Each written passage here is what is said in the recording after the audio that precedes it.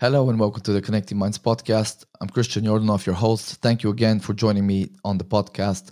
Today we have part 2 of 3 of our mini-series with David Tomen on using nootropics for specific purposes.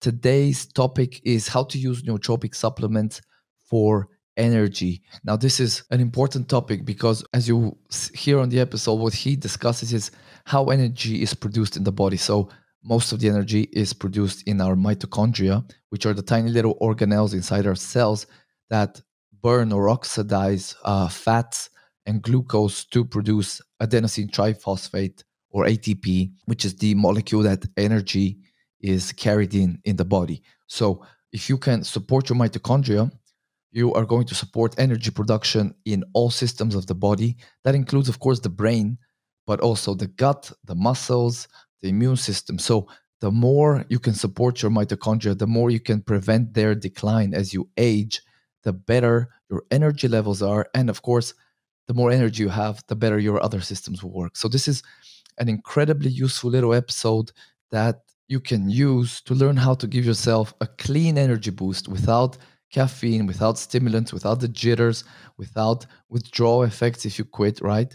And we cover 4 supplements that you can use to do that. So check out the links in the description for David Tomen's book, Head First, which is an amazing resource on nootropic supplements. His website and YouTube channel, nootropicsexpert.com. Nootropics Expert is the YouTube channel. It's another great resource if you want to learn more. And yeah, enjoy the episode. I hope you find it informative. Thank you again for joining me on the podcast. And without further ado, here is David Tomen of nootropicsexpert.com. In this episode, we have David Tomen again. We're going to talk about how to use nootropics to boost your energy. So, David, thank you so much for joining us for this one. Thank you for having me back, Christian. It's a pleasure. It's an honor to be here. Yeah, it's an honor. Likewise, sir. So, let's talk nootropics for energy. How would you approach this? First, let's look at how energy is produced in our body. Where does it come from? The most fundamental source of our energy comes from our cells. It's made in our mitochondria. It's called adenosine triphosphate, or ATP for short. And you have glucose and fatty acids and oxygen that travel through your system into your mitochondria to produce ATP. And that ATP is what powers every one of your cells. It powers your brain, it powers your muscles, it powers your heart, it powers everything that's going on in your system. And if you have if you're suffering from mitochondrial dysfunction of some sort, either damaged mitochondria or not enough mitochondria, or the right stuff isn't getting to mitochondria to make adenosine triphosphate, you're going to suffer from, everything from chronic fatigue to autism to Huntington's. It's been implicated in almost every major neurodegenerative disease. Mitochondrial dysfunction. And it's relatively easy to boost that energy that your mitochondria is making. Now, why is this important? You have got maybe 1,000 mitochondria per cell in your brain, because your brain, along with your heart, is the most energy hungry organ in your body. Yeah. It uses a huge amount of energy. And if you are not getting these nutrients from food, which is typically where they come from in the first place, and they're manufactured in your body, you are going to suffer from things like chronic fatigue. And so rather than grabbing a Red Bull or a cup of coffee, a long-term solution is to boost the generation of adenosine triphosphate in your mitochondria and to make new mitochondria. So more mitochondria is going to make more energy, yeah? And how do we do that? The easiest way to do it with supplements is I've identified 4 supplements that work really, really well. Acetyl-L-carnitine. Acetyl-L-carnitine helps transport fatty acids into mitochondria where they're used for ATP synthesis. And then it helps transport the oxidized garbage back out of the cell to prevent damage from brain cell damage. And you also need L-carnitine to make acetylcholine, by the way. It's a cofactor in the synthesis of acetylcholine. But for what we're talking about here, energy, our most fundamental source of energy. We need it to transport fatty acids into mitochondria. The next supplement that is really helpful is CoQ10 or coenzyme Q10. It's a fat soluble, it's kind of like a vitamin, but it's not a real vitamin. It's a coenzyme that's required for energy flow and the transfer of energy in each one of your cells. And it's the majority of CoQ10 is found within your mitochondria. That's within every single cell in your body. There's more per cell in your brain there is in the rest of your body, but it is throughout your body. And what it does, it's part of the electron transport chain and participates in the cellular respiration that generates the energy in the form of adenosine triphosphate. So if your body is not producing enough CoQ10 and you're not getting the raw materials from food, then you just take a CoQ10 supplement. A quick question here, sorry. Would muscle meat be a good source of CoQ10, or would it be degraded, do you think, when you cook the meat? It naturally is degraded when you cook the meat, but gosh, I don't know. You know, organ meat is always the best. Yeah. For this, but you can get hearts. CoQ10 from eating fatty fish. You can get it from beef, poultry, nuts, seeds, and oils. Interesting. Okay. So there's different ways to get CoQ10. And sorry, I actually have another question on CoQ10. For folks over 30, there's a couple of forms of CoQ10. So we have Ubiquinol, and I think I forgot the name of the other one. Just CoQ10. Ubiquinol and Ubiquinol. Right. And well, the way when oxidized CoQ10 or ubiquinone accepts an electron from another molecule in the chain, it becomes ubiquinol. And then when ubiquinol donates an electron, it becomes ubiquinone. Yeah. And so this state of equilibrium is kind of like necessary as how the things work. But what practical experience has found is that people that are under 45 can use ubiquinone, which is typically less expensive. They can use it successfully and it works. But people over 45 often can't get satisfaction from using ubiquinone, and they have to use ubiquinol. You know, that's interesting because I've read in a couple of places that it was folks under 30. So I actually, because I know ubiquinol is more expensive, I stopped buying ubiquinol for a while, and I don't buy CoQ10 because I thought it probably wouldn't work in my body. But now that you're saying it's under 45, not under 30, I actually might start buying CoQ10 again. Yeah, it's the CoQ10 is difficult to manufacture, and it's relatively unstable. And there are a couple of companies that have come up with different versions of CoQ10. Like there's one company called I forget what the name of the company is, but it's called Microactive CoQ10 that seems to double the blood levels of CoQ10 in just 3 weeks compared to other forms of CoQ10. So when you're looking for supplements, it helps oftentimes to buy the patented version of it. And it's often going to be more expensive than the cheaper ones. If you use a cheaper version of a supplement and it doesn't work, it doesn't mean that necessarily that supplement doesn't work. It just means that your body doesn't respond to that cheaper supplement, and you need the better, more natural version of it. What is your opinion of like, for example, if you go on iHerb.com, they have their own brand, Lake Avenue, that I use for certain things like branched chain amino acid, commodity items. What would you say kind of their CoQ10 is cheaper, and they have like forms with bioperine and stuff? Would you say that's worth investing one's money into, or would you go for a more expensive CoQ10 supplement? That's a great question. It depends on the company. I mean, if you take a look at iHerb and you take a look and see if they've got a really comprehensive testing program, and they can prove that each batch is what's in the capsule or the gel cap, and then if their testing program exists and you can verify that it exists, and the next thing to look at is the user reviews and find out what people are saying. Does it work? And so if you find that 9 out of 10 people say that this is a fantastic supplement and it works chances are it's a good supplement. Yeah. You know what? Let me just tell you something there. I last week or the week before, I found out that iHerb give each one of their customers up to $100. Basically, you get $1 per review that you do, and then 10 cents per everyone that likes your review, that finds it informative. So I am actually not sure, because certain things have like 4,000, 5,000, 8,000 reviews. So I'm like, damn, this stuff must be really good. But now that they're incentivizing folks with $1 per review, I'm starting to question, because even I was like, I'm getting my $100. I bought a ton of stuff from these guys.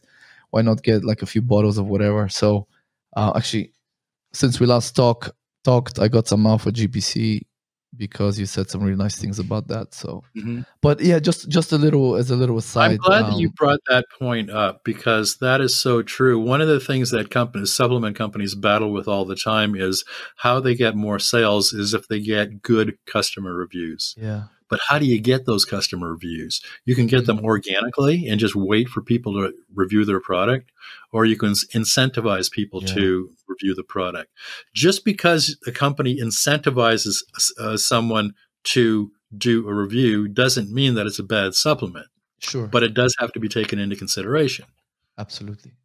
And I definitely, because like, for example, if you look at, let's say I was looking at someone I know, their prenatal vitamin formula, it said it was the #1 pediatrician recommended supplement in the UK. And man, like garbage, like calcium carbonate, cyanocobalamin, folic acid. I don't even have to tell you. You already know this is garbage. And it's the #1 pediatrician formula. So marketing, I'm not saying scams, but just marketing. I don't want to say dishonesty either, but there's people have to basically educate themselves and learn how to steer clear of marketing. Yeah. Okay, sorry, I kind of we went down a rabbit hole there. So Alcar CoQ10. What else for energy? PQQ. Okay. PQQ is an enzyme cofactor that's active in every single one of your cells, including in your brain. And what is the unique thing about PQQ is that it can stimulate the creation of new mitochondria. And I don't know of, there might be one other supplement out of 95 or 100 supplements that I reviewed that can do that. So it's very unique in that sense. And so what that means is more mitochondria means that you can make more energy. Yeah. So PQQ works in concert in synergy with CoQ10. And the final one in this stack is alpha lipoic acid. And our lipoic acid is the bioactive form of lipoic acid. And it's naturally occurring in your body, and it's a cofactor for mitochondrial enzymes that are involved in carbohydrate energy production. And it does a number of other things too. But for example, it's a very powerful antioxidant. It works inside and outside of cells. And it's both water and fat soluble, which is a little unusual for a supplement. But in this case, it works in the process of producing adenosine triphosphate. And so if you put together a stack of acetyl L-carnitine and CoQ10 and PQQ and R-lipoic acid, you're going to have a nice, pure, clean energy source. Awesome. It's not going to be like drinking a Red Bull or a cup of coffee. It's not that type of energy jolt. But if you want to get rid of chronic fatigue, or if you want to get to the point where you're just running out of gas at 2 or 3 o'clock every afternoon, and you start taking this stack, within a few days, you're going to find out that that's not going to happen anymore. Yeah. I think, especially like if someone wants to quit coffee, this is probably like a stack that would work really well to replace coffee, because I know a lot of people, it's a crutch, that this is why they want to quit, but they cannot quit. So if you want to quit coffee, for example, or stimulants of other types, this would be a great thing, I think, to include this little stack. I think caffeine is a good way to boost energy temporarily, but it's a secondary option. To my mind, is take care of your most fundamental energy source first, and you support that by doing this. And after you've taken care of that, if you're still going to have times where you've got a really, really heavy workload or a really heavy emotional load and it saps your energy, that's when you might want to reach for caffeine as an energy supplement. But then you have to know how to use caffeine to boost energy, because the way caffeine works is, I was talking about how adenosine triphosphate is produced in mitochondria, and that's your energy source. As your mitochondria make adenosine triphosphate, what's left over is adenosine. And that adenosine builds up in your body and in your brain, and it attaches to receptors. And that's how you start to get sleepy and sleepier and sleepier throughout your day until finally you go to bed and you fall asleep. Caffeine inhibits the adenosine receptor. So it prevents adenosine from attaching to that receptor. That's how it works. That's where the stimulant effect comes from. But the other thing that it does too that people aren't aware of is that it uses dopamine in your brain. So it drains your dopamine levels. It also acts as a diuretic. So you end up excreting vitamins B6, B9, and B12 in urine, which is bad news because you need these as cofactors in the manufacture of things like dopamine. And it boosts cortisol. So if you're going to use caffeine as an energy supplement, you need to replace the dopamine, you need to replace the B vitamins, and you have to reduce cortisol that's been jacked up by using caffeine. And you do that with L-tyrosine, a B complex vitamin, and something like L-theanine. And L-theanine helps suppress cortisol. Oh, thank God I take all of those every day. But I'm seriously questioning making coffee tomorrow morning. You have made me question my decisions for the past whatever length of time. Okay, actually, I have a couple little questions here, right? So PQQ, there is micro PQQ, I think it's called, or something like that. Bio PQQ. Bio PQQ, yeah. Would that? It's obviously more expensive. Would you go for that one if you were buying a PQQ supplement? I would, and the reason why is because it is, rather than a synthetic version of PQQ, it's a nature identical, more bioavailable form of PQQ, and they've got the evidence to back up that it works better than regular PQQ. Awesome, good to know. Yeah, I think it's if you're going to be investing in a supplement, and something is $20. And the more bioavailable version is, let's say, $27, you're much better off either saving your $20 or investing the extra $7 and getting the better supplement. I agree.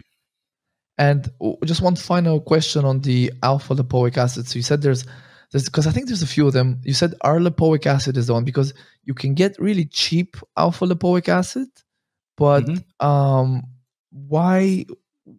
why do we want to avoid the cheap stuff, and which is the best form to kind of look out for? Well, there's alpha lipoic acid, and there's S lipoic acid, and there's R lipoic acid. And so S lipoic acid, it's a form that's not found in nature. And using it doesn't produce the most essential properties of using lipoic acid as a supplement. And including interactions with other proteins, enzymes, and genes. Our lipoic acid is the form of lipoic acid that naturally occurs in the human body and in animals and in plants. And it's the only form that functions as a cofactor for mitochondrial enzymes involved in energy production. The problem with our lipoic acid is it's highly unstable. And so it's difficult to put it in a capsule as a supplement. So oftentimes you'll see an R-ALA blend, or it's like a 50-50 blend. So half S-ALA and half R-ALA. But there are a couple of companies that are putting out a stabilized version of our lipoic acid, which is the version that you really want. It's more expensive, but it works.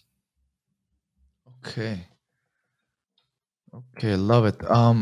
David, thank you so much once again for your amazing insights. My pleasure. Thanks for having me, Christian.